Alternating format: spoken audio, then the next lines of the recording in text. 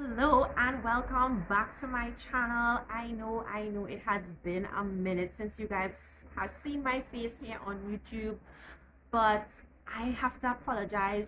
My neighborhood has become a construction zone, and so this is the one quiet day I have gotten to film, and I said let me take advantage of it because I already have the main road noise in the background always, and so I didn't want to have main road noise and construction noise in the background of my videos. But let's get into today's video. You guys know I can never say that. I don't know why I even bother.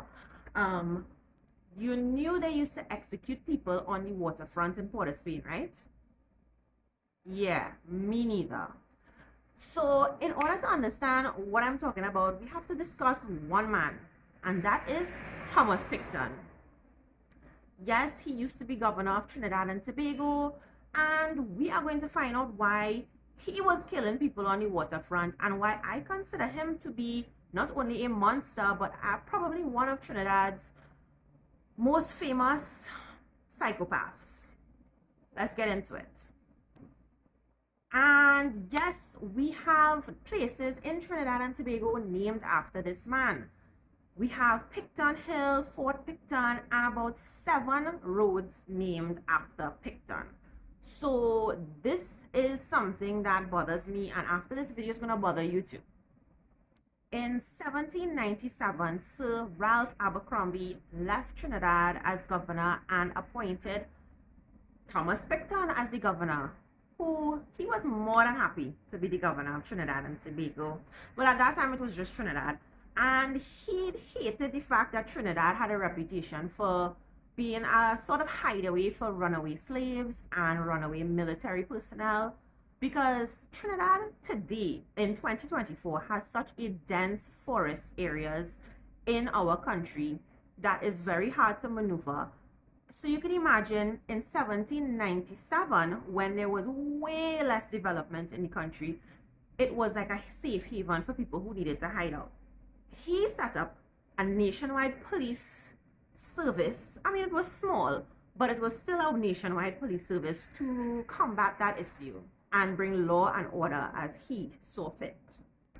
His brutality started right away, having executed 35 people on the waterfront, and most of those people were executed in his first year as governor.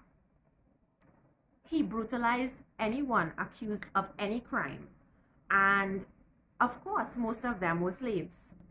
On the waterfront, they would administer some of the harshest punishments, such as flogging of the slaves, branding of the slaves, cutting off their ears, and all forms of torturous interrogations.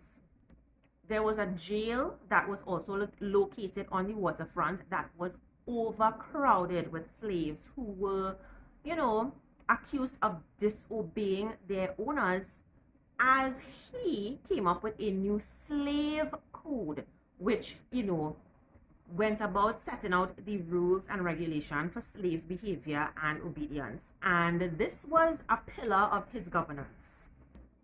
He went on to bring law and order to Trinidad, and he was boasting, writing letters back to England, that Trinidad was now a tranquil and orderly place that you can boast about.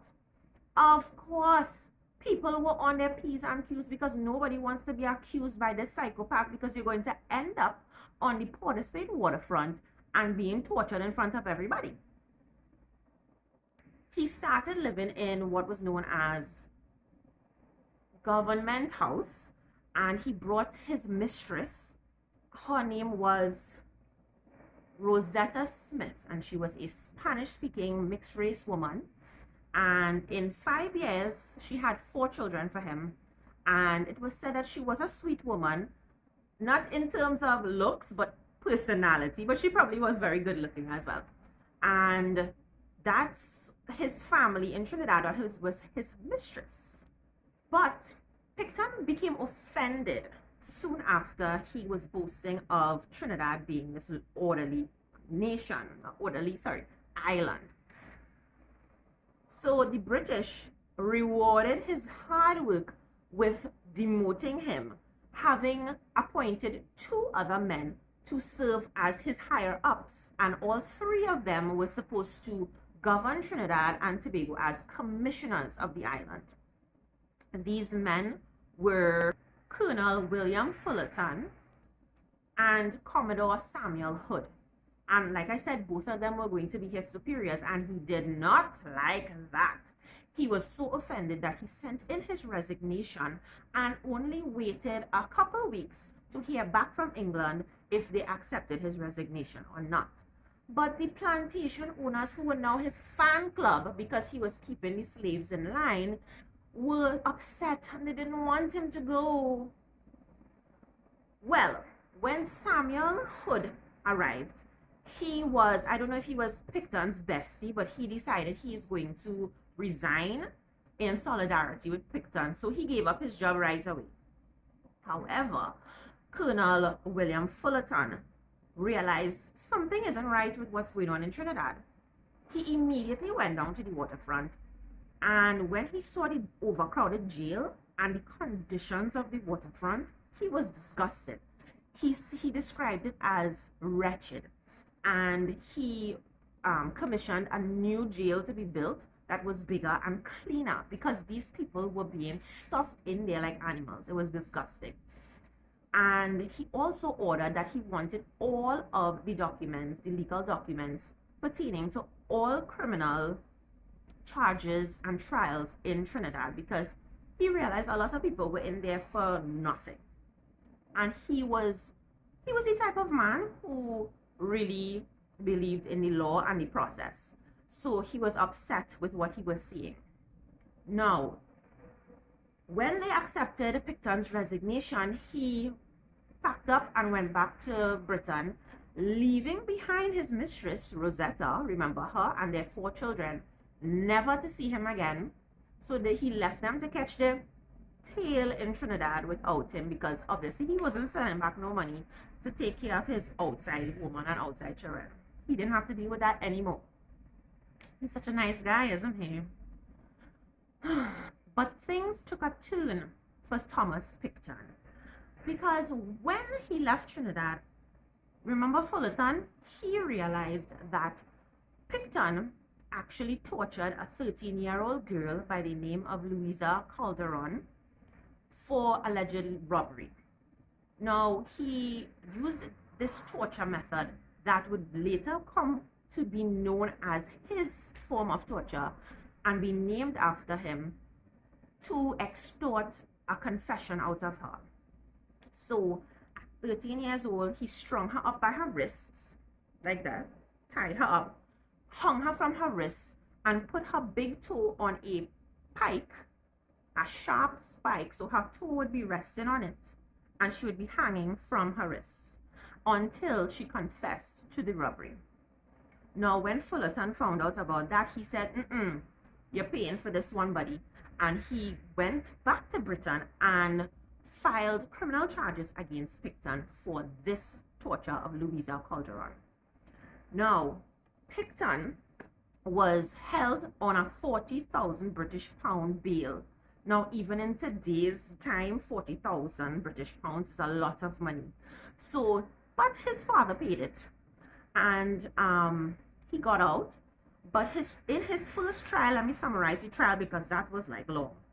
But in the first trial, he was found guilty. He wasn't satisfied with that, so he appealed. You want to know, upon his appeal, the white people in Trinidad found 4,000 British pounds, which in today's money would be 44,000 and change British pounds, sent that to England to pay for Picton's legal fees, even though the Great Fire of Port of Spain had just happened and Port of Spain was burned to the ground. But instead of pooling that money to fix Port of Spain, they used that money to send for Picton. I tell you, they were his fan club. They were his fan club. But he did not take the money, he sent it back, and he told them to use it to fix Port of Spain. At least he have a little sense. So upon the second trial, there were literally politicians in Britain speaking out on his behalf, saying he's such a good guy. And even though he he got a technical guilty verdict, which I don't even understand. I'm a lawyer, and when I read the verdict, I was like, that is some bullshit. A technical guilty verdict, but because at the time Spanish law in Trinidad, even though they were under British rule, Spanish law that was still operating in Trinidad allowed for torture, but under British law it was illegal.